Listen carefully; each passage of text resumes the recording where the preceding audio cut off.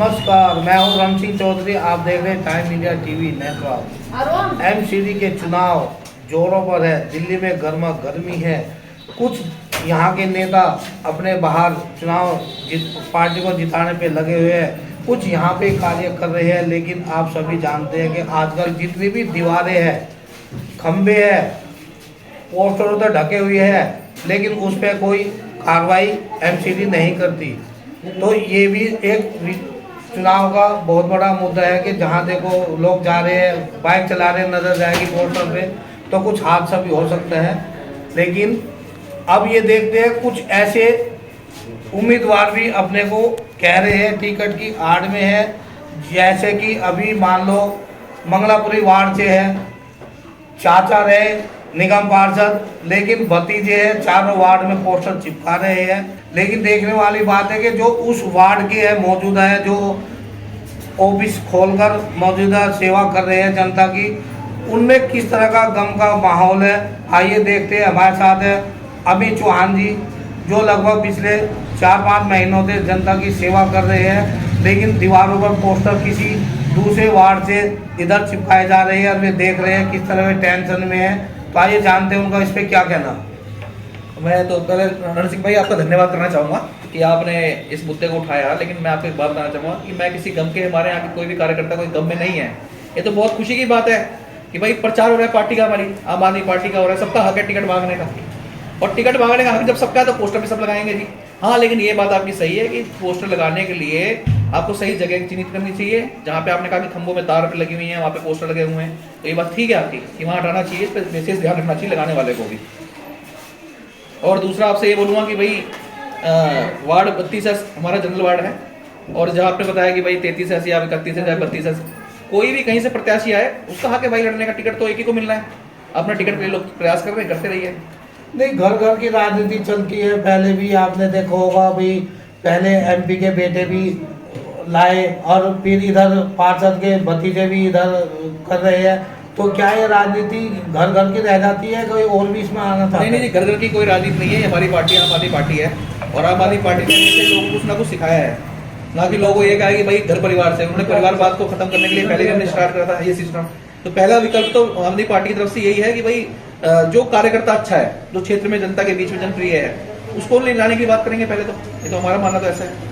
नहीं, जो पहले से शुरुआत से जुड़े हुए है पार्टी से, पार्टी में अन्ना आंदोलन से जुड़ के चल रहे हैं, पार्टी क्या उन पर अपना वो आजमाएगी या फिर जो नए आ रहे हैं उन पे आजमाएगी? इस पे तो हमारे नेताजी ने विशेष तौर से बोल दिया है। आपने देखा होगा कि पार्टी ने नेताजी बड़े बड़े नेता जो हमारे रहेंगे, उन्होंने सबने बात बोल दी कि जो पहले हमारे लिए हमारा पुराना कार्यकर्ता है, जो आजकल कुछ लोग लालची लोग जो होते हैं, जिनको हम कई बार कहते हैं दल बदलू नेता टाइप का, तो उनको ये कह सकते हैं कि भाई वो तो आ रहे हैं कुछ लालच मनसा से आ रहे हैं, उनको चुनाव लड़ना है, टिकट का इंतजार कर रहे हैं कि भाई यहाँ पे आएंगे तो टिकट मिलेगी, क्योंकि जैसा माहौल वैसा नेता, उस हिसाब से लोग चलते हैं। तो जो लोग ऐसा है ना, इसलिए हमारे नेताजी पहले ही बोल चुके हैं कि जो हमारा पहला कार्यकर्ता वो सिटिंग बैठा हुआ है, सबसे पहले प्राथमिकता उसकी है। अभी 5 राज्यों में भी चुनाव चल रहे हैं, तो उस पर आपकी पार्टी का क्या रहेगा? देखिए जी, मैं बताता हूँ, सुनिए आप। 5 राज्यों में चुनाव चल रहे हैं। आम आदमी पार्टी एक ऐसी पार्टी है, जब से आम आदमी पार्टी ने हमारी आई है तब से देश में मुद्दों की बात होती है। नहीं तो पहले जाति धर्म, हिंदू मुस्लिम, इसमें लोग चर्चा करा करते थे। जब से आम आदमी पार्टी आई है तो इसमें हम लोगों ने क्या बदलाव करा आप देख सकते हैं। शिक्षा में हमने बड़ा काम करा, बिजली में बड़ा काम करा, पानी में हमने बड़ा काम करा, महिला सुरक्षा में हमने काम करा, सीसीटीवी कैमरे लगवाए। यही मुद्दों को लेकर हम अपने 5 प्रांत में जा रहे हैं, 5 राज्यों के अंदर जाके काम करा।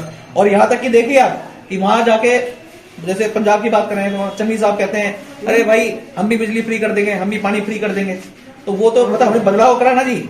हाँ, ये तो है ना भाई, आपकी सरकार ने सभी को फ्री देने का तो वो सिखा दिया कि भाई साहब देखो, नहीं फ्री देने का सिखाया नहीं। किसानों के लिए भी अगर बिजली फ्री की तो अब दूसरी पार्टी भी उसका कह रही है कि हम भी फ्री देंगे, तो वो पहले भी तो कर सकते थे। हमने फ्री वाली बात कभी नहीं सिखाई। हमने तो हमेशा एक चीज सिखाई है, जब एक सांसद, एक मंत्री, जब वो सब कुछ मजे ले सकता है जनता के टैक्स के पैसे से, तो जनता का तो पहला अधिकार है ना उस चीज के ऊपर में। तो हमने तो ये दिखाया कि भाई हमारे पास में इतना पैसा है, नियत है हमारी काम करने की, हमारी नियत है, इसलिए हमने टैक्स के पैसे से उठा के जनता की सेवा करी हमेशा। और उसके बाद भी देख लीजिए हमारी सरकार का बजट कितना कम है, लेकिन फिर भी हम लोग कभी घाटे में नहीं गए कहीं से भी। नहीं, वो जनता तो ये भी कह रही है कि सारा पैसा पोस्टरों पे, विज्ञापन पे लगा रहे हैं।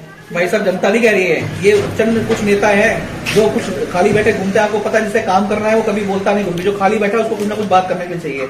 यूपी के अंदर देख लीजिए आप, योगी बाबा जी वहां बैठे हुए हमारे, उन्होंने आपने देखा होगा पीछे राम मंदिर का मुद्दा, हमारे नेताजी जो वहां पे हैं संजय सिंह जी, उन्होंने वहां मुद्दा उठाया राम मंदिर को लेके। राम मंदिर की जमीन राम के नाम पे वोट मांगते हैं तो वो एक कहावत है कि कई बार कहते हैं कि भैया सीता मैया कहती है, कई बार सीता मैया कहती है कि भाई सीता मैया बोलती है कि भाई मेरे आदमी के नाम से सारा पैसा खा गए। तो सोच लीजिए जब वहां पे सीता मैया जी खुद दुखी है बीजेपी वालों से, तो वहां की जनता कितनी दुखी है जी। इसमें कुछ चर्चाएं ऐसी भी आती है कि बीजेपी वाले कहते हैं कि भाई इन्होंने हमारी ओल्ड एज दिए, पेंशन बंद कर दी, कि पहले पेंशनें मिलती थी, उसमें क्या है आपकी पार्टी कब तक उम्मीद रहेगी? भाई साहब देखिए, आप यह तो आपको पता होगा दिल्ली एक जो है संपूर्ण राज्य प्रदेश नहीं है, पूर्ण राज्य प्रदेश ना होने के कारण में यहाँ पे ज्यादातर जो है दखल रहता है केंद्र का। और आपको पता है कोई भी जब ये पेंशन वो चलता है सेंट्रल गवर्नमेंट से अप्रूवल होने के बाद ये सारी चीजें पास होती हैं। जब वहां से पूछे पीछे से कोई फंड नहीं आएगा, जब कोई परमिशन नहीं है, तो हम अपने आप क्या कर सकते हैं बताइए आप। हमारा तो टारगेट है कि भाई हमने तो ओल्ड एज पेंशन हमेशा चालू करने के लिए, विकलांग चली रही है, आपको पता है विधवा पेंशन चली रही है आपके में, हम तो चाहते हैं भाई वो भी हो। इसका बड़ा एग्जांपल देख लीजिए, अगर हमने भी तीर्थ योजना भी चालू करी थी, पहले भी चालू करी थी, लोगों को भेजा हमने तीर्थ योजना में, तो हमारा तो मतलब बुजुर्गों के प्रति बहुत अच्छा भावना रहती है हमेशा, कुछ बढ़ चढ़ के आगे काम करते रहे। तो आप कुछ ही समय वक्त बचा है, कब पार्टी टिकट डिक्लेयर करते हैं, क्या करते हैं? आप भी सेवाएं कर रहे हैं, तो भाई साहब मैं आप क्या समझते हैं कि कहीं आप इस लाइन में हैं? भाई साहब मैं तो चाहता हूँ, मैं अपनी पार्टी आम आदमी पार्टी का एक छोटा सिपाही हूँ, और सिपाही ऐसा सिपाही हूँ कि लड़के जनता के बीच में काम करते हैं हमेशा।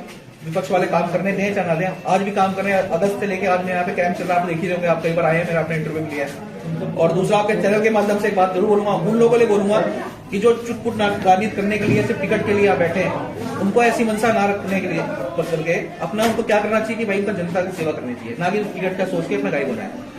और बाकी मैं अपने वार्ड 32 से अपनी तैयारी कर रहा हूँ, टिकट की तैयारी कर रहा हूँ। बाकी जनता जैसा चाहेगी, पार्टी के शीर्ष नेता जैसा चाहेंगे वैसा काम करेंगे। ये थे अमित वाणी वार्ड 32 से, जो अपने जनताओं के लिए सेवा दे रहे हैं। और अभी वो आने वाला वक्त बताएगा कि किसको पार्टी यहाँ का उम्मीदवार चुनती है और किसको नहीं चुनती, और कौन कहाँ जाएगा और कहाँ रहेगा, वो आने वाला समय ही बताएगा। आप देख लीजिए टाइम इंडिया TV 9।